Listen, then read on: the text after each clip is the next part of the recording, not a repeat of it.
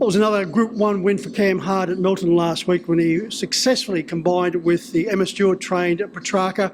I joined Cam to reflect on that particular win and also look at his very strong book of drives at Club Menangle on Saturday night. Well, Cam, first of all, congratulations. How many Group 1 wins does the performance of Petrarca make now in the Victoria Derby? Yeah, I think it's in the double digits anyway, around the 11, I think. But yeah, it was an incredible win, and he's just a great horse, and it was a privilege and a great opportunity for me to get the drive on him. There's no doubt, Cam, he's already a star, and I think he will be a superstar in the making. Yeah, for sure. He's got all the good attributes of a good horse. He's got that really lethal speed, and he obviously can win over the long trips, 2,700 at Melton, and it was brutally run there on Saturday, and he's still tough enough to get past a good horse. And there's no restriction on his racing pattern either. No, that's right. He's very versatile. Like, I don't think he's ever been beaten in front. Great front runner, and then obviously on Saturday he showed he can beat the best from a sit as well. What a performance by Emma Stewart and Clayton Tonkin. And not just Saturday night, but they've been doing it now, Cam, for year after year. Yeah, they are so dominant, and full credit to them. They work really hard, and yeah, I don't think I've ever seen a year in the past decade that they haven't had 4 or 5 of the best babies, which is pretty unbelievable. And yeah, full credit to them. They're not just winning races; they're running 1 through to 5.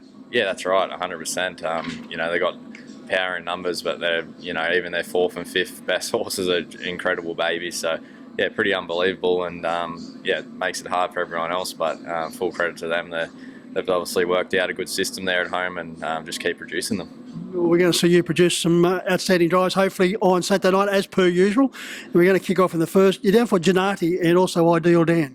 Yeah, Gennati won really well on Saturday. Will took the reins when I was in Melbourne, and he ran a really good time, and he seems to be a horse that's getting better and better. And from the draw, he's probably going to be a good shot. And Ideal Dan, probably the class horse in the race, but he's first up for a long time, so I'd imagine he'll want 1 or 2 runs to really get to his best. Yeah, Jason Grimson's given him a few trials. Jared Orchard training Gennati, and Jared seems firing. Yeah, he's going really well with him, Jared. He's had a great couple of years, and yeah, hopefully we can keep it going. Have you worked out which way you'll jump yet? Oh, probably Gennati from the draw. Haven't spoken to Jace yet though, so I'll just have a talk to him and see what he thinks. You're combining with Jared once again in race 2 with Major Celebrity. An easy win at Penrith, and had every chance last time out, went third to Waratahlu. Yeah, he felt incredible at Penrith in front, and then it's just a touch disappointing in his heat at Menangle the next start. Wasn't a bad run, just probably wasn't at his best, but I think he is a really good front runner, and it's a really solid race, but I'll probably send him forward and try and get a forward spot there.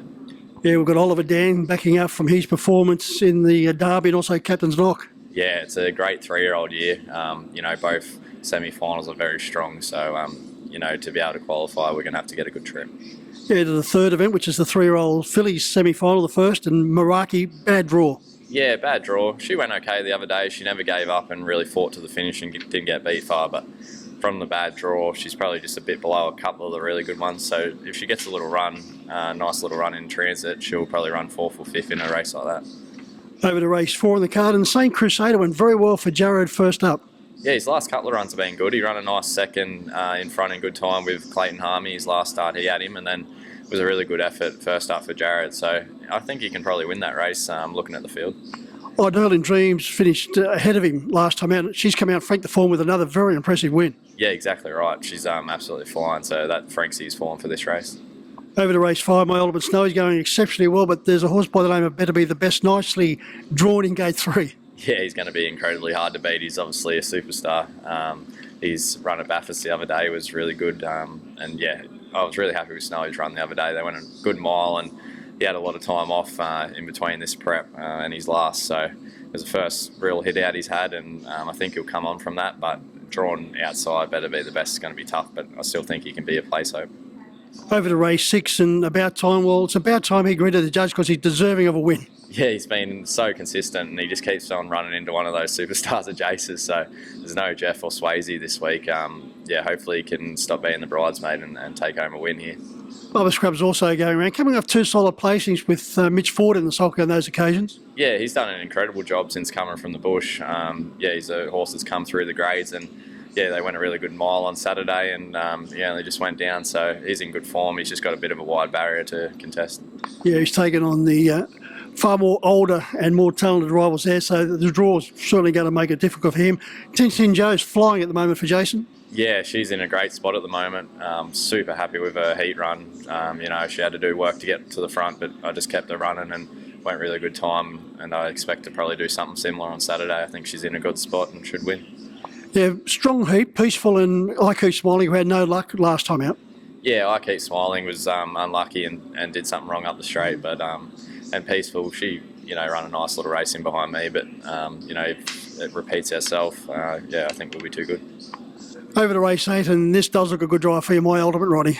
Yeah, I love him. He's obviously pretty well documented. He's one of my favourites, and he's a great horse, and he looks a very class runner of this race and probably the series. So I expect him to be winning. He probably looks my best show for the night.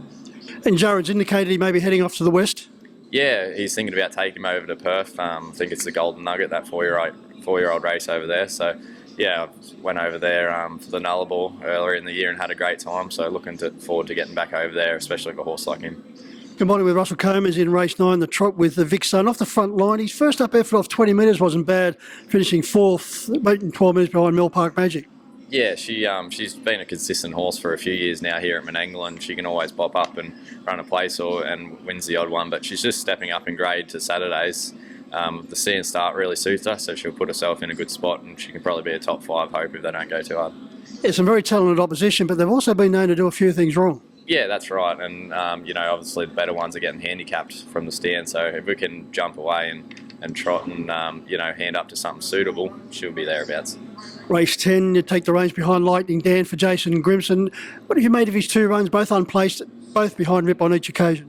Yeah, first up I thought he was a touch disappointing, but Jay said before the race that he thought he really needed the run.